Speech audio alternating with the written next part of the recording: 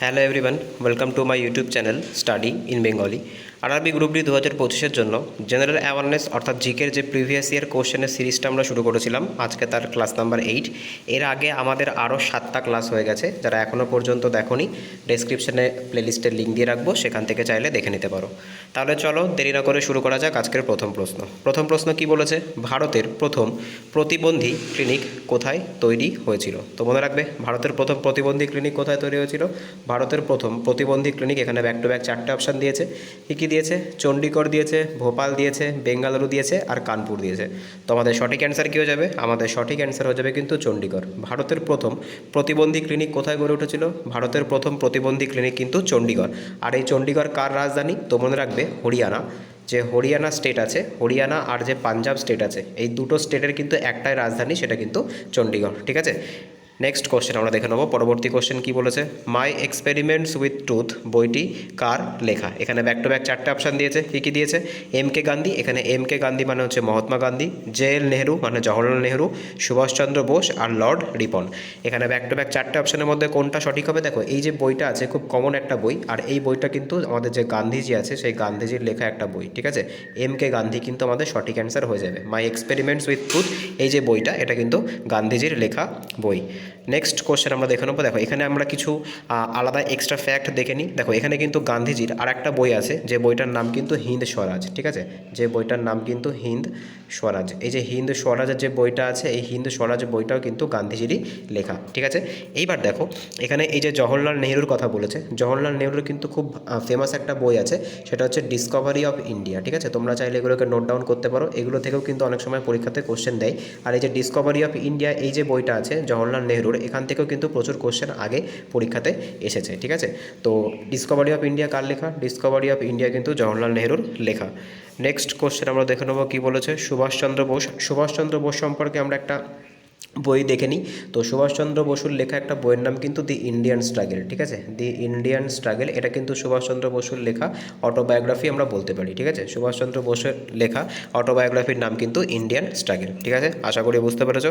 তো আমাদের এই কোশ্চেনের সঠিক অ্যান্সার কী হতো? আমাদের এই কোশ্চেনে কিন্তু সঠিক অ্যান্সার হয়ে যেত যে এম কে গান্ধী, অর্থাৎ মহাত্মা গান্ধী কিন্তু আমাদের এই কোশ্চেনের সঠিক অ্যান্সার হয়ে যাবে। ঠিক আছে, নেক্সট কোশ্চেন আমরা দেখে নিই। পরবর্তী কোশ্চেন কী বলেছে? পঙ্কজ আডবাণী কোন খেলার সাথে সম্পর্কযুক্ত? ঠিক আছে, ব্যাক টু ব্যাক 4টে অপশান দিয়েছে। কী বলেছে?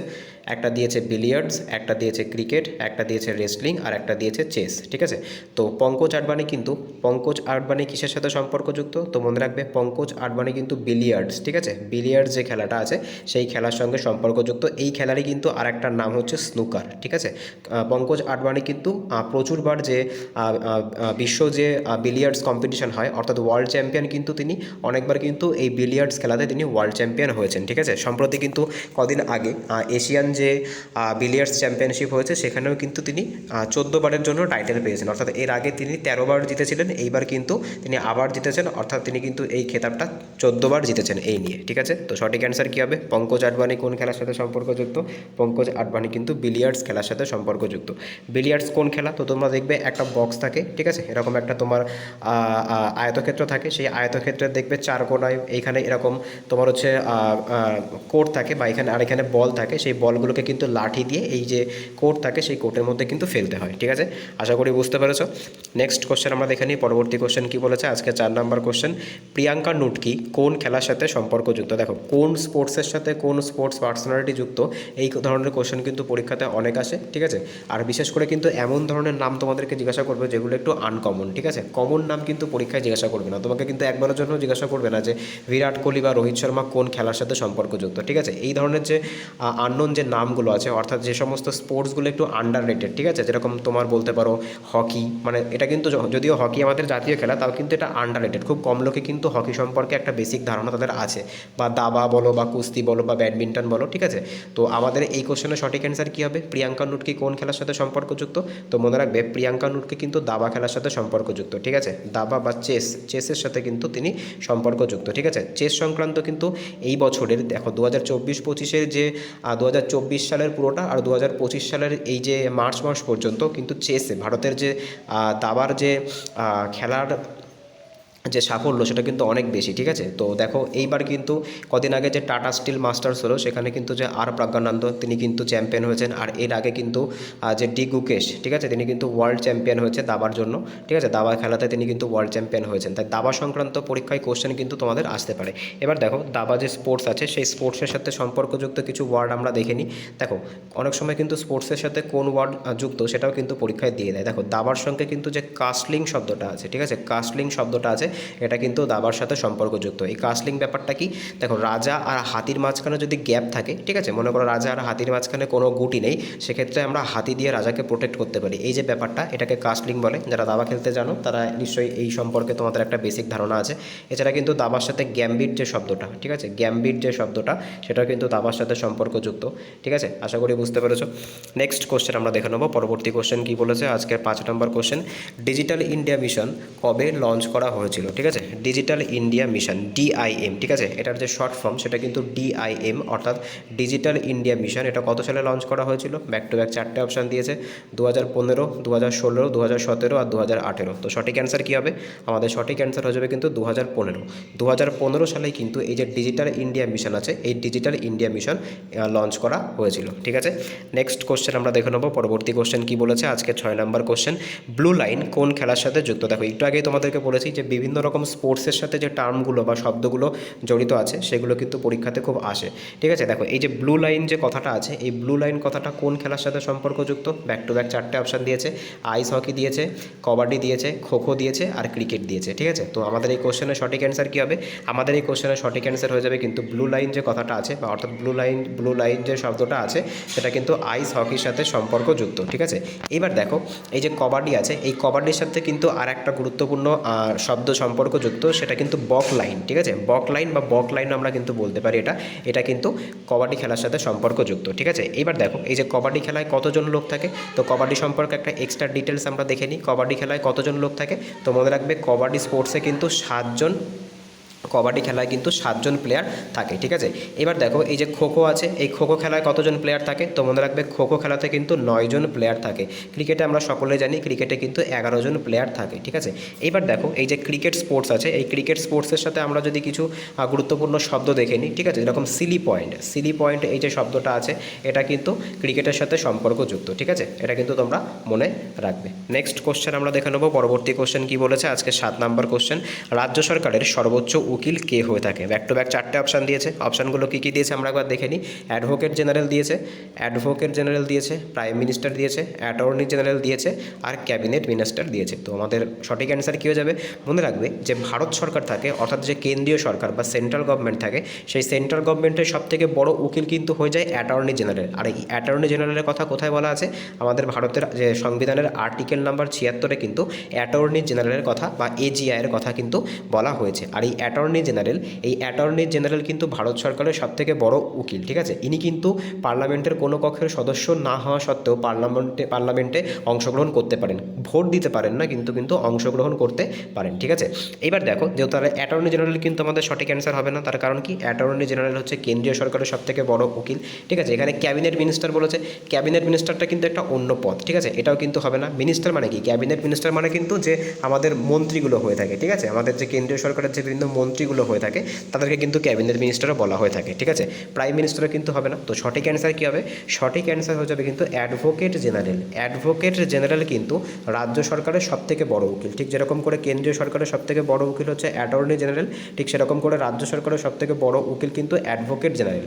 আর এই অ্যাডভোকেট জেনারেল কিন্তু ধারা 165 অনুযায়ী কী করতে পারে, রাজ্য সরকারকে বিভিন্ন ধরনের লিগাল কাজে কিন্তু পরামর্শ দিতে পারে, ঠিক আছে। এই পয়েন্টটা তোমরা মনে রাখবে, এটা কিন্তু খুব ইম্পর্ট্যান্ট একটা প্রশ্ন, প্রচুর পরীক্ষাতে এসেছে, রেলে এসেছে, সিজিএলে এসেছে, এসএসসির বিভিন্ন পরীক্ষাতেও কিন্তু এই কোশ্চেনটা এসেছে যে অ্যাডভোকেট জেনারেল কত নম্বর ধারা অনুযায়ী রাজ্য সরকারকে লিগ্যাল বিষয়ে পরামর্শ দিতে পারে, ঠিক আছে।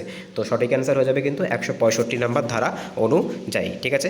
নেক্সট কোশ্চেন আমরা দেখে নেব। পরবর্তী কোশ্চেন কি বলেছে, মুদুমালাই ন্যাশনাল পার্ক কোন রাজ্যে আছে। দেখো এই যে মুদুমালাই যে নামটা আছে, তোমরা এতদিন পর্যন্ত যে ন্যাশনাল পার্কগুলো পড়েছো সেগুলো কিন্তু খুব কমন, যেরকম তোমরা হয়তো পড়েছো উড়িষ্যার ভিতরকণিকা, ঠিক আছে, তারপরে হয়তো পড়েছো বিহারের বাল্মীকি, তারপরে তোমাদের মনে করো আরও যে সমস্ত জিম করবেট বা এই সমস্ত নামগুলো পড়েছো। পরীক্ষায় কিন্তু তোমাদের অত সোজা দেবে না, পরীক্ষায় কিন্তু কিন্তু তোমাদের যে সমস্ত নামগুলো একটু আনকমন সেখান থেকে কিন্তু পরীক্ষায় কোশ্চেন দেয়, ঠিক আছে। এই যে মধুমালাই, এই যে কোশ্চেনটা কিন্তু আমি বহুবার পরীক্ষাতে দিতে দেখেছি, রেলের বিভিন্ন পরীক্ষাতে, গ্রুপ ডি বলো, এনটিপিসি বলো, বা আরপিএফ কনস্টেবল বলো, বা রেলের যে এএলপি টেকনিশিয়ান বলো, প্রত্যেকটা পরীক্ষাতে কিন্তু এই যে মধুমালাই ন্যাশনাল পার্ক থেকে একটা করে কোশ্চেনে এসেছেই, ঠিক আছে। তো মধুমালাই ন্যাশনাল পার্ক কোথায় অবস্থিত আছে? ব্যাক টু ব্যাক 4টে অপশান দিয়েছে, তামিলনাড়ু দিয়েছে, গুজরাট দিয়েছে, কেরালা দিয়েছে আর বিহার দিয়েছে। তো সঠিক অ্যান্সার কী হবে?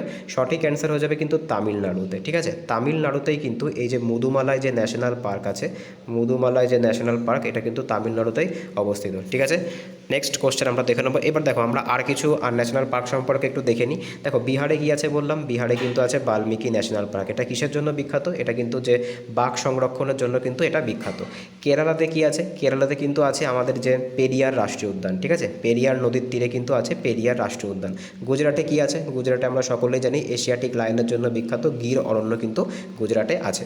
তো আমাদের এই কোশ্চেনের সঠিক অ্যান্সার কী হয়ে যাবে? আমাদের এই কোশ্চেনের সঠিক অ্যান্সার হয়ে যাবে কিন্তু তামিলনাড়ুতে আছে মধুমালাই ন্যাশনাল পার্ক, ঠিক আছে। তামিলনাড়ুতে আছে মধুমালাই ন্যাশনাল পার্ক, ঠিক আছে। নেক্সট কোশ্চেন আমরা দেখে নেব। পরবর্তী কোশ্চেন কি বলেছে? আজকে 9 নম্বর কোশ্চেন, ধানসিঁড়ি কোন রাজ্যের একটি ধানসিঁড়ি কোন নদীর একটি শাখা নদী, ঠিক আছে। ব্যাক টু ব্যাক 4টে অপশান দিয়েছে, অপশানগুলো একবার আমরা দেখে নিই। গঙ্গা দিয়েছে, ব্রহ্মপুত্র দিয়েছে, গোদাবরী দিয়েছে আর লোহিত দিয়েছে। তো সঠিক অ্যান্সার কী হয়ে যাবে? আমাদের সঠিক অ্যান্সার হয়ে যাবে কিন্তু ব্রহ্মপুত্র নদীর উপনদীগুলি বা ব্রহ্মপুত্র নদীর শাখা নদীগুলি কী কী আছে তোমরা চাইলে লিখতে পারো। দেখো সবার প্রথম কিন্তু আছে রায়ডাক, ঠিক আছে, রায়ডাক আছে, তারপরে সুবর্ণশিরি আছে, তোমরা চাইলে কিন্তু এইগুলো নোট ডাউন করতে পারো। সুবর্ণশিরি আছে, তারপর হচ্ছে ধানসিঁড়ি আছে, এগুলো সবই কিন্তু যে ব্রহ্মপুত্র নদীর শাখা নদী। এছাড়াও কিন্তু লোহিত, ঠিক আছে, এই যে লোহিত নদী, এই লোহিত নদীটাও কিন্তু খুব গুরুত্বপূর্ণ, কারণ এই লোহিত নদীর ওপরেই কিন্তু ভারতের সবথেকে বড় রেল ব্রিজ যেটাকে তোমার হচ্ছে ভূপেন হাজারিকা সেতু বা ঢোলা সাদিয়া ব্রিজ বলা হয়ে থাকে, সেটা কিন্তু এই লোহিত নদীর ওপরে অবস্থিত, যেটা কিন্তু ব্রহ্মপুত্র নদের একটা শাখা নদী, ঠিক আছে। তো ধানসিঁড়ি কোন নদীর একটা শাখা নদী? তো সঠিক অ্যান্সার কী হয়ে যাবে? সঠিক অ্যান্সার হয়ে যাবে কিন্তু ব্রহ্মপুত্র, ঠিক আছে। এবার গঙ্গা নদী সম্পর্কে যদি আমরা একটা ডিটেলস দেখি, তো গঙ্গার ডান তীরের কিছু উপনদীর নাম আমরা দেখে নিই। গঙ্গার ডান তীরের উপনদী কী কী আছে? তো মনে রাখবে ডান তীরের কিন্তু দুটো উপনদী আছে, একটা হচ্ছে যমুনা আছে আর একটা কিন্তু আছে সোন, ঠিক আছে। এই দুটো কিন্তু গঙ্গার ডান তীরের উপনদী। এছাড়া বাম তীরের উপনদীর মধ্যে কী কী পড়ছে? তো বাম তীরের উপনদী কিন্তু অনেক হয়, ঠিক আছে। তো বাম তীরের উপনদীর মধ্যে কিন্তু পড়ছে গণ্ডক, ঠিক আছে, ঘরঘরা, এগুলো কিন্তু সব বাম তীরের উপনদী, ঠিক আছে। নেক্সট কোশ্চেন আমরা দেখে নেবো। পরবর্তী কোশ্চেন কি বলেছে? আজকে 10 নম্বর কোশ্চেন, ন্যাশনাল স্পোর্টস ইউনিভার্সিটি কোথায় আছে? খুব ইম্পর্ট্যান্ট একটা কোশ্চেন, আর এই কোশ্চেনটা সম্পর্কে কিন্তু অনেকেই জানে না। তো দেখো এই যে ন্যাশনাল স্পোর্টস ইউনিভার্সিটি, ঠিক আছে, যেটাকে কিন্তু বলা হয়ে থাকে এনএসইউ, ঠিক আছে, এনএসইউ বা ন্যাশনাল স্পোর্টস ইউনিভার্সিটি কোথায় আছে? ব্যাক টু ব্যাক 4টে অপশান দিয়েছে, মিজোরাম দিয়েছে, চেন্নাই দিয়েছে, কেরালা দিয়েছে আর মণিপুর দিয়েছে। তো আমাদের সঠিক অ্যান্সার কী হবে? মনে রাখবে যে ন্যাশনাল স্পোর্টস ইউনিভার্সিটি যেটা আছে সেটা কিন্তু মণিপুর রাজ্যে আছে, ঠিক আছে। মণিপুর রাজ্যেই কিন্তু আছে ন্যাশনাল স্পোর্টস ইউনিভার্সিটি, ঠিক আছে। এবার তোমাদের জন্য একটা এইচডাব্লিউ থাকবে যে থাংটা নাচ, ঠিক আছে, থাংটা, এটা কিন্তু একটা মার্শাল আর্ট ডান্স। তো এই যে থাংটা নাচ আছে, এই থাংটা মার্শাল আর্ট ডান্সটা কোন রাজ্যে পালিত হয় বা কোন রাজ্যে দেখা যায়, এটা তোমরা আমাকে কমেন্টে জানাবে। এটা তোমাদের জন্য কিন্তু একটা এইচডাব্লিউ থাকছে। নেক্সট কোশ্চেন আমরা দেখে নেবো। পরবর্তী কোশ্চেন কী বলেছে? আজকের 11 নম্বর কোশ্চেন, কচ্ছপ কোন শ্রেণীর একটি প্রাণী? এখানে ব্যাক টু ব্যাক 4টে অপশান দিয়েছে। দেখো এই ধরনের সোজা কোশ্চেনও কিন্তু পরীক্ষাতে আসে, এমন নয় যে পরীক্ষাতে সবই কঠিন কোশ্চেন আসে, কখনো কখনো কিন্তু সোজা কোশ্চেনও দিয়ে দেয়। তো কচ্ছপ কোন শ্রেণীর একটি প্রাণী? তো এখানে ব্যাক টু ব্যাক 4টে অপশান আছে, কী কী আছে? উভচর আছে, স্তন্যপায়ী আছে, খেচর আছে আর সরীসৃপ আছে। তো আমাদের সঠিক অ্যান্সার কী হয়ে যাবে? আমাদের সঠিক অ্যান্সার হয়ে যাবে কিন্তু কচ্ছপ কোন শ্রেণীর একটি প্রাণী? তো মনে রাখবে কচ্ছপ কিন্তু সরীসৃপ, ঠিক আছে। অনেকে কিন্তু কচ্ছপকে উভচর মনে করে, কিন্তু কচ্ছপ কিন্তু উভচর প্রাণী নয়, কচ্ছপ কিন্তু একটা সরীসৃপ প্রাণী। নেক্সট কোশ্চেন আমরা দেখে নেবো। পরবর্তী কোশ্চেন কী বলেছে? আজকের 12 নম্বর কোশ্চেন, কাটি বিহু কোন মাসে পালন করা হয়? দেখো সবার প্রথম তোমাদেরকে মনে রাখতে হবে এই যে বিহু উৎসবটা আছে, এই বিহু উৎসবটা কোন রাজ্যে পালন করা হয়? তো মনে রাখবে এই যে বিহু উৎসবটা আছে এটা কিন্তু আসাম। বিহু দেখলেই তোমরা একদম চোখ বন্ধ করে কিন্তু আসামে টিক করবে, বিহু কিন্তু আসামে পালন করা হয়ে থাকে, ঠিক আছে। আর এই যে বিহু আছে, এই বিহু কিন্তু বিভিন্ন প্রকারের হয়ে থাকে, যেরকম রাঙ্গোলি বিহু হয়ে থাকে, ভোগালী বিহু হয়ে থাকে, ঠিক আছে। তো এই যে কাটি বিহু, তারই মধ্যে কিন্তু একটা পার্ট হচ্ছে কাটি বিহু। তো এই কাটি বিহু কোন মাসে পালন করা হয়ে থাকে? ব্যাক টু ব্যাক 4টে অপশান দিয়েছে, অক্টোবর দিয়েছে, আগস্ট দিয়েছে, জানুয়ারি দিয়েছে আর মে দিয়েছে। তো মনে রাখবে কাটি বিহু কোন সময়ে পালন করা হয়ে থাকে? ব্যাক টু ব্যাক 4টে অপশানের মধ্যে সঠিক অ্যান্সার কী হয়ে যাবে? সঠিক অ্যান্সার হয়ে যাবে কিন্তু অক্টোবর মাসে কিন্তু কাটি বিহু যেটা কোথায় হয়? যেটা কিন্তু আসামে হয়, এটা কিন্তু অক্টোবর মাসেই পালন করা হয়ে থাকে। নেক্সট কোশ্চেন আমরা দেখে নেব। পরবর্তী কোশ্চেন কী বলেছে, আজকে 13 নম্বর কোশ্চেন, হিস্ট্রি থেকে একটা কোশ্চেন দিয়েছে যে পিটের ভারত শাসন আইন কবে আসে। ব্যাক টু ব্যাক 4টে অপশান দিয়েছে। কী কী দিয়েছে? 1773 দিয়েছে, 1765 দিয়েছে, 1784 দিয়েছে, আর 1760 দিয়েছে। দেখো এখানে প্রত্যেকটা সালই কিন্তু খুবই গুরুত্বপূর্ণ। আমরা প্রত্যেকটা সাল সম্পর্কে একটা বেসিক ডিটেলস দেখে নেব। তো সবার প্রথম কি বলেছে যে 1773, মনে রাখবে 1773 সালে কিন্তু রেগুলেটিং অ্যাক্ট এসেছিল। ঠিক আছে, রেগুলেটিং অ্যাক্ট এসেছিল, যেখানে কিন্তু যে অ্যাক্টের ফলে কিন্তু কলকাতাতে রাজধানী স্থাপন করা হয়েছিল ব্রিটিশ এম্পায়ারের, আর কিন্তু যে সুপ্রিম কোর্ট, একটা সুপ্রিম কোর্ট কলকাতাতে কিন্তু স্থাপনের কথা বলা হয়েছিল। আর কলকাতার যে সুপ্রিম কোর্ট স্থাপিত হয়েছিল, সেই সুপ্রিম কোর্টের প্রথম যে বিচারপতি ছিলেন তার নাম কি, সেটা তোমরা আমাকে কমেন্টে জানাবে। এইবার দেখো এই যে 1765 সাল আছে, এটাও কিন্তু খুব গুরুত্বপূর্ণ, কারণ এই সময় কিন্তু দেওয়ানি লাভ, ঠিক আছে, দেওয়ানি লাভের যে ব্যাপারটা ছিল সেটা কিন্তু এই 1765 সাল নাগাদ শুরু হয়েছিল। ঠিক আছে, এরপর কি আছে? এরপর কিন্তু আছে 1784, যেটা আমাদের প্রশ্নের সঠিক অ্যান্সার হয়ে যাবে যে 1784 সালে কিন্তু এই পিটের ভারত শাসন আইন বা পিট ইন্ডিয়া অ্যাক্ট, ঠিক আছে, পিটস ইন্ডিয়া অ্যাক্ট, এটা কিন্তু এসেছিল 1784 সালে। ঠিক আছে, আর 1784 সাল নাগাদ কিন্তু, মানে 1784 সাল নাগাদ যখন পিটের ভারত শাসন আইন আসে, তখন কি করা হয়েছিল, ইআইসি অর্থাৎ ইস্ট ইন্ডিয়া কোম্পানির হাত থেকে কিন্তু সমস্ত ক্ষমতা ব্রিটিশ ক্রাউন অর্থাৎ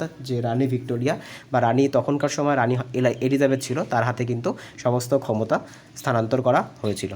নেক্সট কোশ্চেন আমরা দেখে নেব। পরবর্তী কোশ্চেন কী বলেছে, আজকের 14 নম্বর কোশ্চেন, জাকির হোসেন কবে পদ্মভূষণ পায়? দেখো এই যে কোন বিখ্যাত ব্যক্তি, একজন বিখ্যাত ব্যক্তির নাম তোমাদেরকে দিয়ে দেবে, আর সে কোন বছরে বিভিন্ন যে পদ্ম অ্যাওয়ার্ডগুলো হয়ে থাকে, অর্থাৎ পদ্মভূষণ, পদ্মবিভূষণ, পদ্মশ্রী যে অ্যাওয়ার্ডগুলো হয়ে থাকে সেগুলো কবে পেয়েছে, সেখান থেকে কিন্তু কোশ্চেন দেয়। এটা কিন্তু এখন একটা ফেভারিট টপিক, ঠিক আছে, রেল বা এসএসসি বলো, এদের কিন্তু একটা ফেভারিট টপিক। তো জাকির হোসেন কবে পদ্মভূষণ পায়? ব্যাক টু ব্যাক 4টে অপশান দিয়েছে। এবার দেখো এই যে জাকির হোসেন নামটা আছে, এই নামটা কিন্তু খুবই গুরুত্বপূর্ণ, তার কারণ জাকির হোসেন কিন্তু সম্প্রতি মারা গেছেন। জাকির হোসেন কিসের সাথে সম্পর্কযুক্ত? তো মনে রাখবেন জাকির হোসেন কিন্তু তবলা, ঠিক আছে, জাকির হোসেন কিন্তু যে তবলা আছে সেই তবলার সাথে সম্পর্কযুক্ত। ঠিক আছে, জাকির হোসেন কিন্তু একজন তবলাবাদক, তিনি তবলার সাথে সম্পর্কযুক্ত। আর ইনি পদ্মভূষণ কবে পান? তো দেখো এখানে আমি সবকটা লিখে দিচ্ছি। তো মনে রাখবে যে 2023 সালে কিন্তু তিনি পদ্মবিভূষণ পান। ঠিক আছে, 2023 সালে হচ্ছে পদ্মবিভূষণ পান, 2002 সালে হচ্ছে পদ্মভূষণ। ঠিক আছে, যেটা আমাদের কোশ্চেনের সঠিক অ্যান্সার, 2002 সালে কিন্তু পদ্মভূষণ পান, পদ্মভূষণ পান।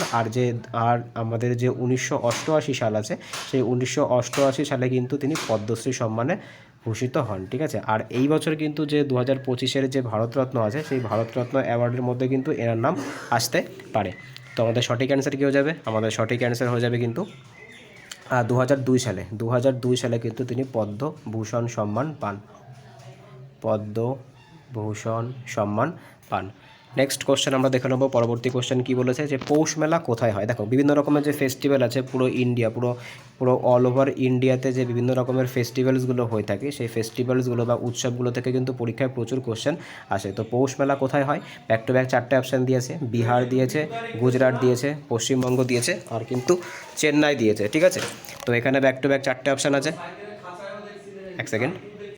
তো দেখো পৌষ মেলা কোথায় পালিত হয়? ব্যাক টু ব্যাক 4টে অপশান এখানে দিয়েছে। কী কী অপশান দিয়েছে এখানে আমরা একবার দেখে নিই। বিহার দিয়েছে, গুজরাট দিয়েছে, পশ্চিমবঙ্গ দিয়েছে, আর চেন্নাই দিয়েছে। তো পৌষ মেলা এটা কোথায় পালিত হয়? তো মনে রাখবে এটা কিন্তু পশ্চিমবঙ্গের একটা ফেস্টিভ্যাল। ঠিক আছে, পশ্চিমবঙ্গের একটা ফেস্টিভ্যাল কিন্তু হচ্ছে এই পৌষ মেলা ফেস্টিভ্যাল। এইবার দেখো এই যে বিহার আছে, বাদবাকি যে 3টে রাজ্য আছে, এই 3টে রাজ্যের কিছু ফেমাস ফেস্টিভ্যাল সম্পর্কে আমরা একটু দেখে নেব। আমাদের এই কোশ্চেনের অ্যান্সার পশ্চিমবঙ্গ, এটা ঠিক।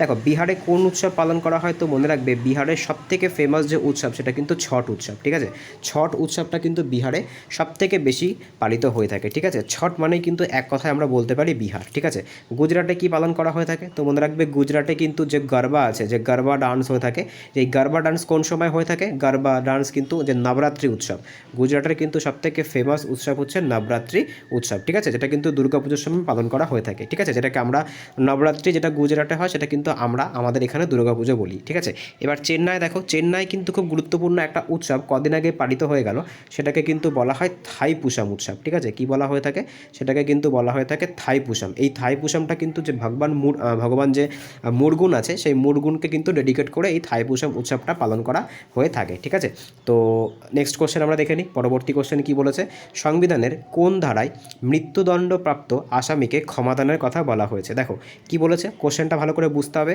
যে মনে করো কোনো আসামিকে যদি মৃত্যুদণ্ড দেওয়া হয়, সেখান থেকে তাকে কে ক্ষমা করতে পারে। ব্যাক টু ব্যাক 4টে অপশান দিয়েছে, মানে কত নাম্বার ধারায়, দেখো সবার প্রথম তাকে ক্ষমা করার যে পাওয়ার, সেটা কিন্তু একমাত্র রাষ্ট্রপতির কাছে থাকে। ঠিক আছে, এটা কিন্তু তোমরা মনে রাখবে যে কোনো মৃত্যুদণ্ডপ্রাপ্ত আসামিকে কিন্তু একমাত্র রাষ্ট্রপতি ক্ষমাদান করতে পারে। তো রাষ্ট্রপতি কোন আর্টিকেলের বলে এটা করতে পারে। ব্যাক টু ব্যাক 4টে অপশান দিয়েছে, 70 দিয়েছে, 79 দিয়েছে, 72 দিয়েছে, আর 100 দিয়েছে। তো সঠিক অ্যান্সার কী হবে, মনে রাখবে 72 নাম্বার ধারা, ভারতের সংবিধানের 72 নাম্বার ধারায় কিন্তু এই যে পার্ডনিং পাওয়ার, ঠিক আছে, এটাকে কিন্তু ইংলিশে বলা হয়ে থাকে পার্ডনিং পাওয়ার, অর্থাৎ মৃত্যুদণ্ডপ্রাপ্ত কোনো আসামিকে কিন্তু ক্ষমা করার ক্ষমতা থাকে কার কাছে, না রাষ্ট্রপতির কাছে কিন্তু এই ক্ষমতাটা থাকে। ঠিক আছে, নেক্সট কোশ্চেন আমরা দেখে নেব। পরবর্তী কোশ্চেন কি বলেছে, আজকে 17 নম্বর কোশ্চেন, কালিদাস সম্মান কোন রাজ্য দেয়। ব্যাক টু ব্যাক 4টে অপশান দিয়েছে, বিহার দিয়েছে, আসাম দিয়েছে, গুজরাট দিয়েছে, মধ্যপ্রদেশ দিয়েছে। তো মনে রাখবে এই যে কালিদাস সম্মান আছে, এটা কিন্তু মধ্যপ্রদেশ সরকার দেওয়া শুরু করেছিল কত সাল থেকে, 1980 সাল থেকে কিন্তু মধ্যপ্রদেশ সরকার কালিদাস সম্মান প্রদান করে। ঠিক আছে, তো কালিদাস সম্মান কে প্রদান করে থাকে, তো সঠিক অ্যান্সার হয়ে যাবে কিন্তু মধ্যপ্রদেশ সরকার কিন্তু এই কালিদাস সম্মান প্রদান করে থাকে। ঠিক আছে, কালিদাস সম্মান প্রদান করে থাকে। নেক্সট কোশ্চেন আমরা দেখে নেব। পরবর্তী কোশ্চেন কি বলেছে, দামিনী আর্ট, এখানে একটু মনে হচ্ছে এখানে এটা একটু মিস্টেক আছে। ঠিক আছে, এটা হয়ে যাবে দিওয়ানি আর্জ। ঠিক আছে, এটা হয়ে যাবে হচ্ছে দিওয়ানি আর্জ। ঠিক আছে, এটা একটু ঠিক করে নিও, এটা হয়ে যাবে হচ্ছে দিওয়ানি আর্জ। ঠিক আছে, দিওয়ানি আর্জ, কোনো ব্যাপার না। দেখো এইটুকু তো তোমরা অ্যাডজাস্ট করতেই পারবে। ঠিক আছে, তো কোশ্চেনটা কী হবে, কোশ্চেনটা হচ্ছে, দেখো আমি এখানে আবার লিখে দিচ্ছি সুন্দর করে, তো এটা হয়ে যাবে হচ্ছে দিওয়ানি আর্জ। ঠিক আছে, এটা হয়ে যাবে দিওয়ান ই আর্জ। ঠিক আছে, তো দিওয়ানি আর্জ কে প্রতিষ্ঠা করে, ব্যাক টু ব্যাক 4টে অপশান আছে, কী কী দিয়েছে, আকবর দিয়েছে, বলবন দিয়েছে, রাজিয়া দিয়েছে, আর শাহজাহান দিয়েছে। দেখো সবার প্রথম তোমাদেরকে কিন্তু মনে রাখতে হবে এই দিওয়ানি আর্জ কিন্তু একটা সৈন্যবাহিনী। ঠিক আছে, একটা সৈন্যবাহিনী, বা যেটাকে আমরা বলতে পারি যে একটা মিলিটারি। ঠিক আছে, তো এটা কার ছিল, তো মনে রাখবে এটা কিন্তু বলবন। ঠিক আছে, বলবন যে গিয়াসউদ্দিন বলবন ছিল, যিনি কিন্তু রক্ত এবং লৌহনীতি প্রণয়ন করেছিল দিল্লি সুলতানের যে সাম্রাজ্য ছিল তার ভেতরে। তো এই বলবনের কিন্তু যে সেনাবাহিনী, তার নাম কিন্তু ছিল দিওয়ানি আর্জ। ঠিক আছে, মনে রাখবে তোমরা। এবার দেখো আকবর কি প্রচলিত করেছিল, তো আকবর কিন্তু দিন ই ইলাহি। ঠিক আছে, মনে রাখবে দিন ই ইলাহি কিন্তু করেছিল আকবর। ঠিক আছে, এছাড়া শাহজাহান কি বানিয়েছিল আমরা সকলে জানি, শাহজাহান কিন্তু ফেমাস যে তাজমহল আছে, সেটা কিন্তু শাহজাহান বানিয়েছিল। ঠিক আছে, নেক্সট কোশ্চেন আমরা দেখে নেব। পরবর্তী কোশ্চেন কি বলেছে, আজকের 19 নম্বর কোশ্চেন, ভারতে বর্তমানে কটা হাইকোর্ট আছে। ব্যাক টু ব্যাক 4টে অপশান আছে, কি কি বলেছে, দেখো 22 দিয়েছে, 23 দিয়েছে, 24 দিয়েছে ও 25 দিয়েছে। তো মনে রাখবে ভারতে বর্তমানে কিন্তু 25টা হাইকোর্ট আছে। ঠিক আছে, এর আগে কিন্তু 24টা ছিল, এখন কিন্তু বর্তমানে কদিন আগে কিন্তু একটা নতুন হাইকোর্ট স্থাপিত হয়েছে। এইবার সেই হাইকোর্টটা কোথায়, কোন রাজ্যে, আর সেই হাইকোর্টটার নাম কি। ঠিক আছে, এটা তোমরা আমাকে কমেন্টে জানাবে, এটা তোমাদের জন্য একটা HW থাকলো। তোমরা জানাবে কি যে সেই হাইকোর্টটা কোন রাজ্যের হাইকোর্ট। ঠিক আছে, কোন রাজ্যের হাইকোর্ট, এটা কিন্তু ভারতের 25 নম্বর হাইকোর্ট। ঠিক আছে, নেক্সট কোশ্চেন আমরা দেখে নেব। আজকের 20 নম্বর কোশ্চেন কি বলেছে, নোয়াখাই কোন রাজ্যের একটি উৎসব। ব্যাক টু ব্যাক 4টে অপশান দিয়েছে, কী কী দিয়েছে, আসাম দিয়েছে, বিহার দিয়েছে, ওড়িশা দিয়েছে, আর তামিলনাড়ু দিয়েছে। দেখো আমি আগেও বলেছি যে উৎসব থেকে কিন্তু পরীক্ষাতে কোশ্চেন আসে। ঠিক আছে, বিভিন্ন রাজ্যের যে উৎসবগুলো হয়ে থাকে, তো এই যে নোয়াখাই যে উৎসবটা আছে, এটা কোন রাজ্যে পালন করা হয়, তো মনে রাখবে এটা কিন্তু ওড়িশা রাজ্যে পালন করা হয়। ওড়িশা রাজ্যের একটা উৎসব কিন্তু এই নোয়াখাই উৎসব। এই নোয়াখাই কথার অর্থ কি, নোয়াখাই কথার অর্থ হচ্ছে নতুন চাল। ঠিক আছে, নতুন চাল খাই। ঠিক আছে, নতুন চাল খাই, এটা কিন্তু এই নোয়াখাইয়ের অর্থ। ঠিক আছে, তো এখানে আমাদের সঠিক অ্যান্সার কী হয়ে যাবে, আমাদের সঠিক অ্যান্সার হয়ে যাবে কিন্তু ওড়িশা। দেখো এখানে আমরা আগেও পড়েছি যে আসামের একটা উৎসব কিন্তু হচ্ছে বিহু উৎসব। ঠিক আছে, তারপর বিহারে বিহারে আমরা পড়েছি ছট উৎসব, তারপরে তামিলনাড়ুতে আমরা পড়েছি থাইপুসাম, এছাড়া কিন্তু পোঙ্গাল। ঠিক আছে, এগুলো কিন্তু সব কোথায় পালন করা হয়ে থাকে, এগুলো কিন্তু সব তামিলনাড়ুতে পালন করা হয়ে থাকে। তো আজকে এই অবধি ছিল। যদি ভিডিওটা ভালো লেগে থাকে তাহলে অবশ্যই চ্যানেলটাকে সাবস্ক্রাইব করো পাশে থাকা বেল আইকনটিকে প্রেস করে রেখো, যাতে ভিডিও ছাড়লে সবার প্রথম নোটিফিকেশন তোমাদের কাছে পৌঁছায়। এছাড়া যারা এর আগের 7টা ক্লাস দেখোনি, তোমরা চাইলে ডেসক্রিপশনে প্লেলিস্টের লিঙ্ক দেওয়া থাকবে, সেখান থেকে গিয়ে দেখে নিতে পারো। এছাড়াও কিন্তু আমাদের প্রত্যেক দিন জেনারেল সায়েন্সের ওপরেও ক্লাস আসছে, ঠিক আছে। তারপর যে স্পেশাল যে ম্যাথসের ক্লাসগুলো কিন্তু তোমরা দেখো, ফিজিক্সের যে ম্যাথসের ক্লাসগুলো, ওগুলোও তোমরা দেখতে পারো। আশা করি ওখান থেকে তোমাদের উপকার হবে। তাহলে চলো, দেখা হচ্ছে পরের ভিডিওতে। বাই।